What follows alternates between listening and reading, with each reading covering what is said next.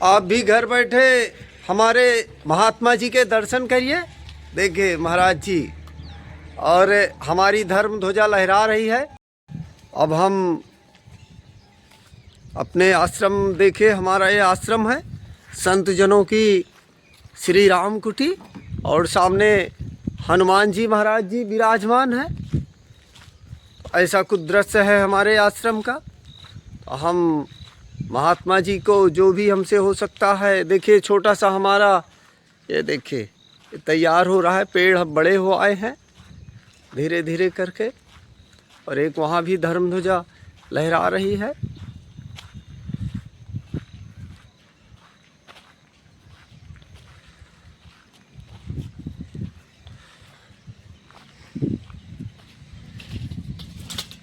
महाराज जी आपकी सेवा में मच्छर अगरबत्ती। अच्छा जी, अच्छा जी। और महाराज जी आपकी सेवा में चना स्वीकार। अच्छा जी। चना और गुड़। और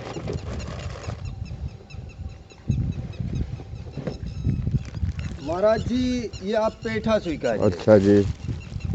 और महाराज जी ये नमकीन। अच्छा जी। ये आपको भोजन नहीं बनाना पड़ेगा जी। आप स्वीकारिए महाराज जी। अब हमारे दूसरे महात्मा विश्राम दास जी महाराज जी के लिए ये चना, और महाराज जी ये गुड़ आप स्वीकारिए। और अब हमारे बालक दास जी महाराज जी को हम भेंट कर रहे हैं। महाराज जी स्वीकारिए ये गुड़, ये चाय पत्ती और ये दूध पाउडर। और गुड़ महाराज जी, गुड़ की चाय पीते हैं हमारे सब महात्मा, तो हम गुड़ ज़्यादा मात्रा में भेंट कर रहे हैं महात्मा जी को। वो महान दानी होता है, एक भगवान होता है वो, जो संत की सेवा करता है। कभी दुख नहीं मिलेगा, हर चीज से भरा रहेगा, धन दौलत परिवार सुखी रहेगा, आनंद करेगा। यही संतों की जो सेवा करता है उसको आनंद ही आनंद मिलता है। संतों की वाणी है ये, संतों की वाणी से पता नहीं क्या न निकल जाए। तो संत जो होते हैं वो अच्छी शिक्षाओं को से प्रदान होते हैं, वो करते हैं, अच्छी शिक्षाएं देते हैं। धन और दौलत और परिवार सुखी रहेगा हमेशा। जो संत सेवा करता है कभी उनको दुख नहीं मिलेगा, आनंद ही आनंद आएगा।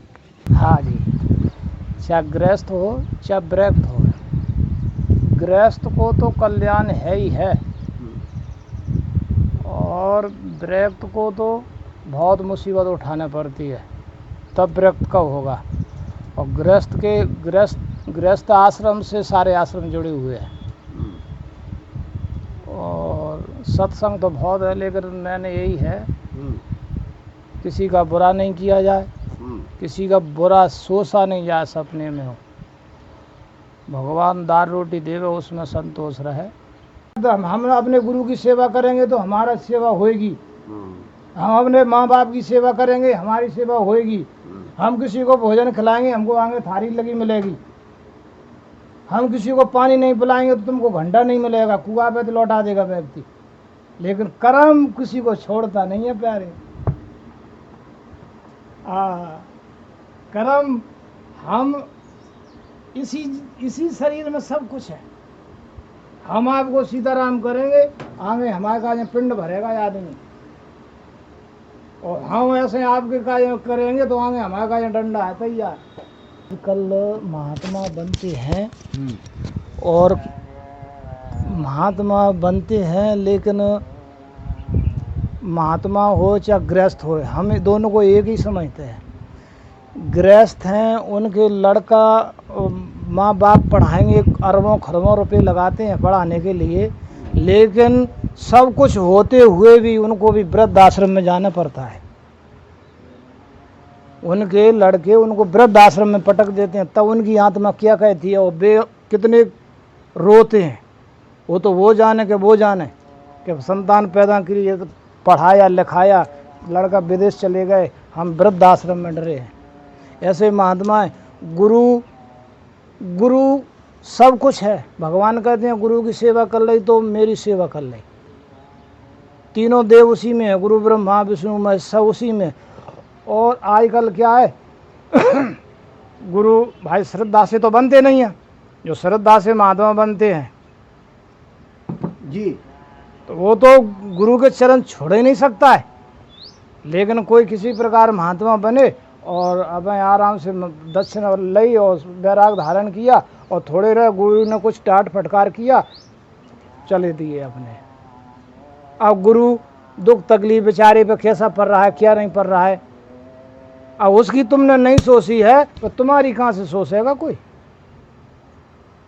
लेकिन हम तो यदि विरक्त हैं तो गुरु ही सब कुछ है, और गुरु का इतना बड़ा आशीर्वाद होता है कि वो कहने के लिए ही नहीं है।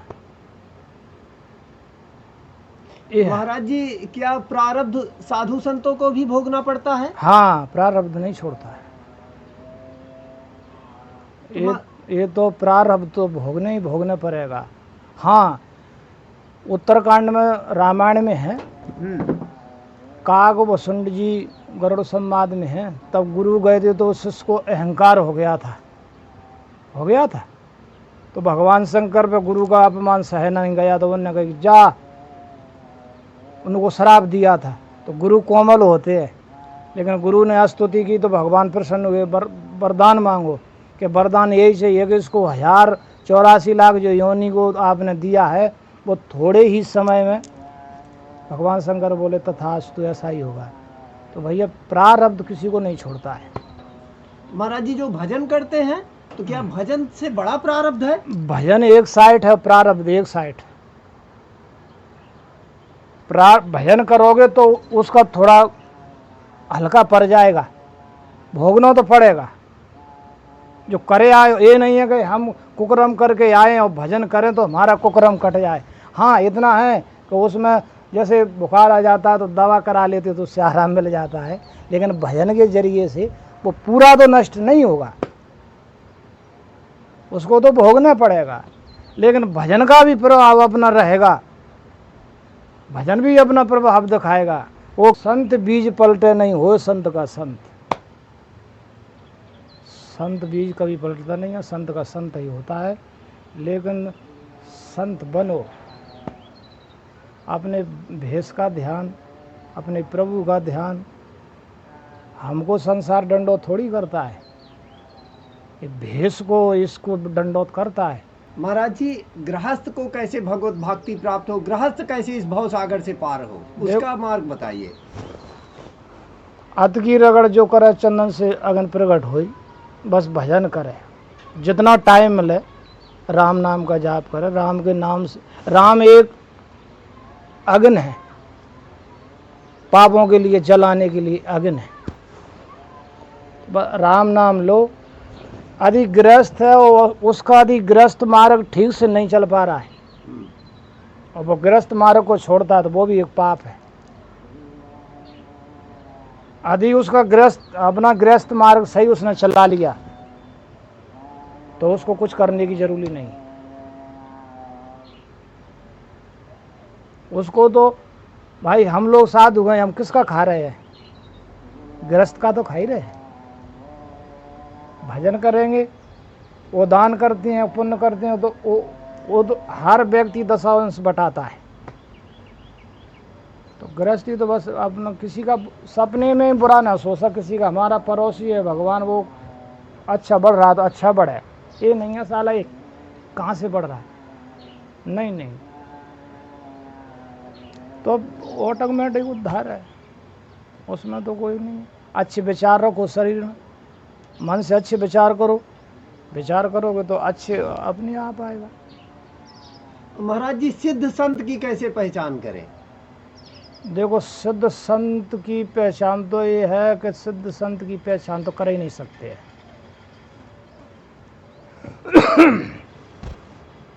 वृंदावन की बात है, एक महात्मा थे, पागल के रूप में रहते थे, और एक नहीं है हजारों महात्मा है वृंदावन में, और अपने चित्रकूट में ही हैं जिनको अपन भिखारी और बहुत पागल समझेंगे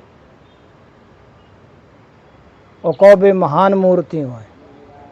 अपन उनको छू के दूर से निकलेंगे, अरे दूर रहो, ये तो पागल है, ये पागल है। ये धारणा कभी नहीं हो। उनको भी दंडोत करो। वैसे नहीं कर पा रहे तो मानसिक तो कर ही लो। जाने सिद्ध मूर्ति को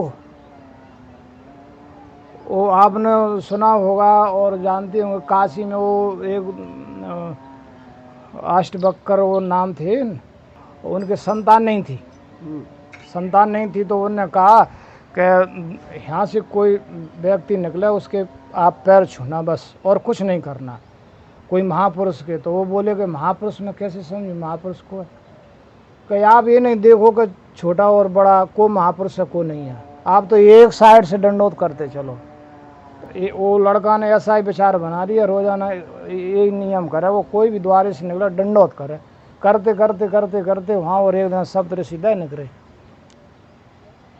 तो उनने कहा तथास्तु, कि तथास्तु तो है, इनकी उम्र तो 5 ही साल की थी भगवान शंकर ने, ये कैसे हो गया?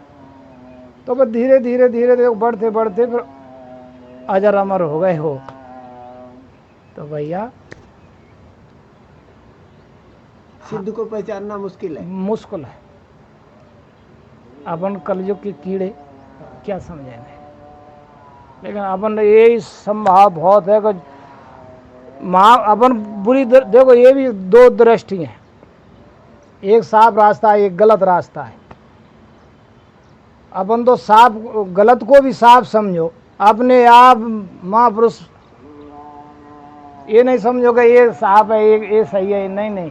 छोटा हो चाहे बड़ो, छोटे साल कराम चाहे बड़े साल करा, छोटे हनुमान जी चाहे बड़े हनुमान जी, चाहे तो इतनी बड़ी मूर्ति ले लो हनुमान जी, चाहे 11 फुट की ले लो, लेकिन हनुमान जी माने हनुमान जी। तो यही इसके चक्कर में नहीं पड़ो कि महापुरुष की पहचान। हमारे लिए सब महापुरुष हैं। सियाराम में सब जग जानी, करो प्रणाम जोर जुग पानी। और आदि त्रिकुटी मन में लेते हैं कि महापुरुष को मिले, तो फिर अपने अंदर दिनादिन भ्रम होता जाएगा। इसलिए उसके चक्कर में नहीं पड़े। सबको दंडोत, सबको प्रणाम और सीताराम।